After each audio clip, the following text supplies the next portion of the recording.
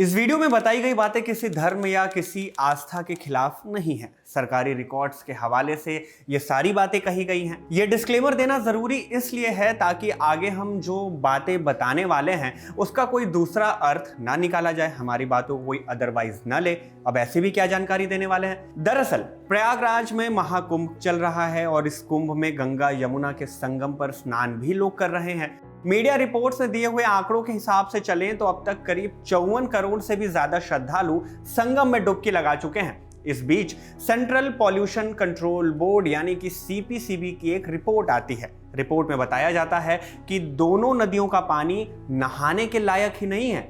यह ताजा रिपोर्ट है जो साल 2025 के दूसरे महीने में आई। इससे पहले भी एक रिपोर्ट आई थी, सितंबर 2024 में, एनजीटी की थी। इस रिपोर्ट में बताया गया कि गंगा का पानी आचमन के योग्य नहीं है। आचमन का मतलब चुल्लू में पानी लेकर उसे पीना। तब बताया गया था कि पानी आचमन के लायक नहीं है। अब उसके 6 महीने के अंदर दूसरी रिपोर्ट आती है जो बताती है कि आचमन तो छोड़िए, ये पानी नहाने के भी लायक नहीं है। क्यों नहीं है? क्योंकि इस पानी में बहुत सारे हानिकारक सूक्ष्म जीव पाए गए हैं। ये सूक्ष्म जीव जो पाए गए हैं वो जानवरों और इंसानों के मल मूत्र से आए थे। इसका मतलब कि नदी के पानी में बैक्टीरिया और वायरस जैसे खतरनाक जर्म्स हैं जो सेहत के लिए खराब हो सकते हैं। इतना खराब कि ये इंसान को बीमार तक कर सकते हैं और त्वचा रोग जैसी चीजें भी हो सकती हैं। ये सर्वे कब किया गया? संगम के पानी में ऐसा क्या क्या पाया गया जो चिंता का विषय है? एनजीटी ने उत्तर प्रदेश प्रदूषण नियंत्रण बोर्ड यानी यूपीपीसीबी के अधिकारियों को किस बात के लिए फटकार लगाई, क्या समन भेजा? इस वीडियो में हम इन्हीं मुद्दों पर जानकारी देंगे। नमस्ते, मेरा नाम है शुभम और आप देख रहे हैं Khabargaon. Central pollution control board यानी सीपीसीबी, हिंदी में कहें तो केंद्रीय प्रदूषण नियंत्रण बोर्ड, भारत सरकार का एक ऐसा संगठन जो पर्यावरण को साफ रखने का काम करता है। मुख्य काम क्या है? हवा, पानी और जमीन को प्रदूषण से बचाना। ये बोर्ड प्रदूषण की जांच करता है, डेटा इकट्ठा करता है और सरकार को उपाय बताता है ताकि प्रदूषण कम किया जा सके। एक और संस्था है, नाम है नेशनल ग्रीन ट्रिब्यूनल यानी एनजीटी। ये भारत सरकार का एक विशेष न्यायिक संगठन है जिसे पर्यावरण से जुड़ी समस्याओं और विवादों का निपटारा करने यानी उन्हें हल करने के लिए बनाया गया है। मुख्य काम क्या है? पर्यावरण की सुरक्षा करना और प्रदूषण को नियंत्रित करना। दोनों में खास अंतर यह है कि सीपीसीबी एक सरकारी संगठन है जो प्रदूषण की निगरानी और नियंत्रण करता है और इनकी रिपोर्टिंग करता है, जबकि एनजीटी जो है वो इनसे जुड़े विवादों का निपटारा करती है। इसी सीपीसीबी ने 17 फरवरी को अपनी एक रिपोर्ट एनजीटी में दाखिल की। रिपोर्ट में क्या था? रिपोर्ट में गंगा और यमुना नदी के पानी में कितना प्रदूषण है और कुंभ के शुरू होने के बाद इन नदियों में कौन कौन से पॉल्यूटेंट्स माने प्रदूषक तत्व इन पर पाए गए, इस पर पूरी जानकारी दी। रिपोर्ट तैयार कैसे हुई? इसके लिए सीपीसीबी ने प्रयागराज में 9 से 21 जनवरी के बीच 73 अलग अलग जगहों से सैंपल इकट्ठा किए पानी के और उसकी जांच की। जांच के बाद उसके नतीजे भी सामने लेकर आए जो अब पब्लिक डोमेन में है। रिपोर्ट में लिखा गया कि सैंपल में लिए गए पानी में फीकॉल कोलीफॉर्म नाम का बैक्टीरिया पाया गया। शॉर्ट फॉर्म में इसे एफसी बैक्टीरिया कहते हैं। आसान भाषा में अगर कहें तो ये बैक्टीरिया खास तौर से इंसान और जानवरों के वेस्ट यानी कि मल मूत्र से निकलते हैं। वहीं से ये निकलते हैं और पानी, हवा या मिट्टी के कांटेक्ट में आते हैं तो फैल जाते हैं। अमूमन नदियों में भी इनकी आप उपस्थिति को देख सकते हैं। सीपीसीबी के मानकों के मुताबिक नदी तालाब के पानी में एफसी बैक्टीरिया का स्तर 500 एमपीएन प्रति 100 मिलीलीटर से ज्यादा नहीं होना चाहिए। लेकिन 19 जनवरी तक जब यह रिपोर्ट बनाई गई, गंगा में इसका स्तर 7 लाख एमपीएन पर 100 ml और यमुना में इसका स्तर 3,30,000 एमपीएन पर 100 ml तक पहुंच गया। एमपीएन माने मोस्ट प्रोबेबल नंबर, एक तरीका है जो पानी या तरल पदार्थ में बैक्टीरिया कितनी हैं उनकी संख्या का अनुमान लगाने के लिए इस्तेमाल किया जाता है, कैलकुलेशन के लिए इस्तेमाल किया जाता है। लेकिन आंकड़े क्या हैं वो आप देख रहे हैं। सीपीसीबी ने 12, 13, 14, 15 और 19 जनवरी को पानी के सैंपल लिए और हर बार बैक्टीरिया का स्तर मानकों से ज्यादा पाया गया जब जब भी जांच हुई। गंगा में ये मानक 1400 गुना ज्यादा तो वहीं यमुना जी में 660 गुना ज्यादा पाया गया। सीपीसीबी के मानकों के मुताबिक ऐसा पानी यानी एफसी बैक्टीरिया के संदर्भ में ये सी कैटेगरी में आता है। इस कैटेगरी में आने वाले पानी को बिना प्यूरिफाई प्यूरिफाई किए और बिना डिसइंफेक्ट किए नहाया नहीं जा सकता, यानी ये नहाने के लायक नहीं हो सकता है। ऐसा जो भी साइंटिस्ट हैं और जो भी डॉक्टर्स हैं वो सलाह देते हैं। जैसे बनारस हिंदू यूनिवर्सिटी में गंगा नदी पर रिसर्च करने वाले प्रोफेसर BD त्रिपाठी दैनिक भास्कर को बताते हैं कि ये पानी अगर शरीर में गया तो बीमारियां पैदा कर सकता है। अगर ऐसा पानी इस्तेमाल किया जाए नहाने के लिए या ये गलती से भी शरीर के अंदर चला जाए तो इसकी वजह से त्वचा रोग भी हो सकता है और ये इंसान को गंभीर रूप से बीमार भी कर सकता है। खबरों से पता चलता है कि 2019 के प्रयाग अर्ध कुंभ और 2010 के हरिद्वार कुंभ में भी नदी के पानी में बैक्टीरिया की ऐसी ही स्थिति थी। CPCB की रिपोर्ट में स्पष्ट रूप से बताया गया था कि प्रमुख स्नान के दिनों में पानी की गुणवत्ता खराब थी। ये बात तब की है और अब भी ऐसी ही स्थिति है। हालांकि नंबर्स उलटफेर होते रहे, उस वक्त कम थे अब ज्यादा है। लेकिन यहाँ अब एक सवाल खड़ा होता है कि अगर ऐसी स्थिति थी तो फिर नदी की सफाई क्यों नहीं की गई? इतना बड़ा आयोजन था तो सफाई भी होनी चाहिए।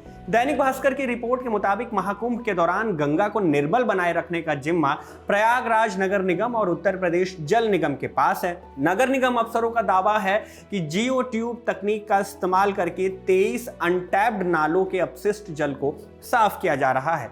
STP तो वहां है नहीं, ऐसे ही किया जा रहा है। 1 जनवरी से 4 फरवरी तक 3660 MLD पानी को साफ किया गया और फिर गंगा में छोड़ा गया। ये बात अधिकारियों के कहने पर आई। सेंट्रल पॉल्यूशन कंट्रोल बोर्ड ने जो रिपोर्ट जारी की है उसमें कुल 6 पैमानों पर गंगा और यमुना नदी के पानी को जांचा गया, माने टेस्ट किया गया। इसमें pH यानी पानी कितना अम्लीय या क्षारीय है, फीकल कोल फॉर्म यानी FC बैक्टीरिया, BOD यानी बायोकेमिकल ऑक्सीजन डिमांड, COD यानी केमिकल ऑक्सीजन डिमांड और डिसॉल्व्ड ऑक्सीजन शामिल है। यानी इन मानकों पर जांच की गई है जिसके अलग अलग रिपोर्ट आए हैं। सोशल मीडिया पर भी आपने ऐसे कई वीडियोस अब तक देख लिए होंगे जिनमें कुछ लोग संगम के पानी का pH वैल्यू और उसे गंदा करने वाले कई फैक्टर्स को दिखा रहे हैं। मसलन गंगा के तट पर जो फैली गंदगी है और जो pH वैल्यू इस पे भी। खैर, इन 6 पैमानों पर जितनी भी जगहों पर सैंपल लिए गए और जो भी जांच किए गए उनमें ज्यादातर में फीकल कोलिफॉर्म बैक्टीरिया यानी कि FC बैक्टीरिया की मात्रा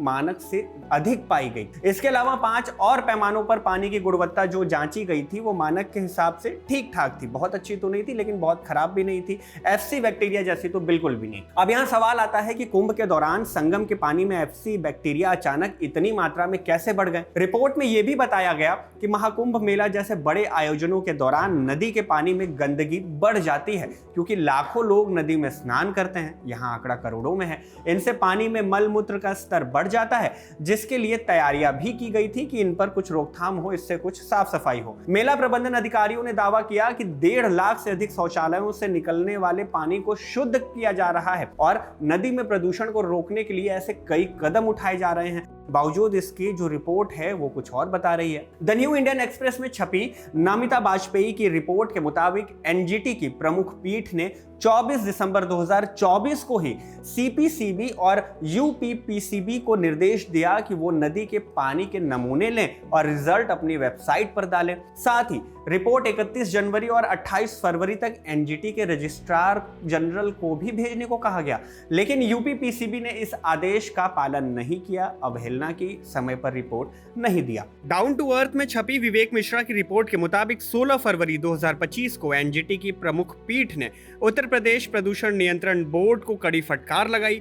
पीठ ने कहा, आपने 50 करोड़ लोगों को गंदे सीवेज पानी में स्नान करने के लिए मजबूर किया जो नहाने के लिए अनुपयुक्त था और लोगों को वही पानी पीना पड़ा। यूपी प्रदूषण नियंत्रण बोर्ड ने NGT के आदेश के बावजूद कोई रिपोर्ट नहीं दी तो NGT ने 19 फरवरी को UPPCB के अधिकारियों को वर्चुअली पेश होने का समन दिया, यानी आदेश दिया।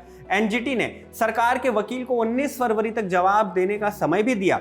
NGT ने CPCB और UPPCB से कहा कि ये नदी के पानी की जांच करें और ये सुनिश्चित करें कि गंदा पानी नदी में न छोड़ा जाए ताकि तीर्थ यात्रियों को कोई समस्या न हो। इस मुद्दे को लेकर जब प्रदेश में राजनीति तेज हुई तो सूबे के मुखिया योगी आदित्यनाथ का बयान भी सामने आया। CM योगी ने महाकुंभ मेला में संगम के पानी के ऊपर आई CPCB की रिपोर्ट को खारिज कर दिया। CPCB से परे UPPCB की रिपोर्ट का हवाला देते हुए उन्होंने कहा कि संगम का पानी नहाने लायक भी है और आचमन करने के भी लायक है। साथ ही उन्होंने विपक्ष पर पानी के नहाने के लिए अनुपयुक्त होने की गलत जानकारी फैलाने का भी आरोप लगाया कि संगम और उसके आगे पीछे जो BOD है वो 3 या उससे कम है और डिसॉल्व ऑक्सीजन की मात्रा ये 8 और 9 से अधिक पाई जा रही, यानी संगम का जल स्नान करने लायक भी है और आचमन करने लायक भी है।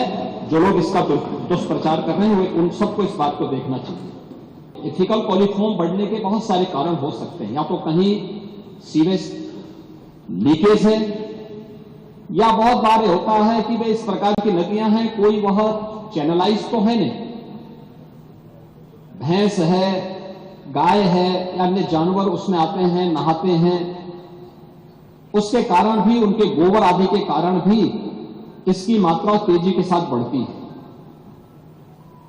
लेकिन प्रयागराज के संदर्भ में जो मैं आपको स्पष्ट करना चाहूंगा कि 12, 16, 20, 25, 30 जनवरी, 5, 10 और 13 फरवरी को जो सैंपल के परीक्षण लिए गए हैं उसमें संगम नोच पर फीकल कॉलीफॉर्म की मात्रा मानक के अनुरूप पाई गई है।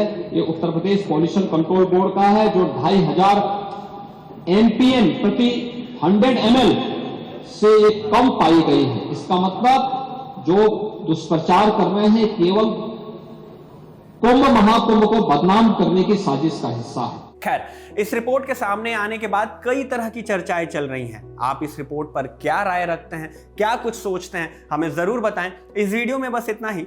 शुक्रिया।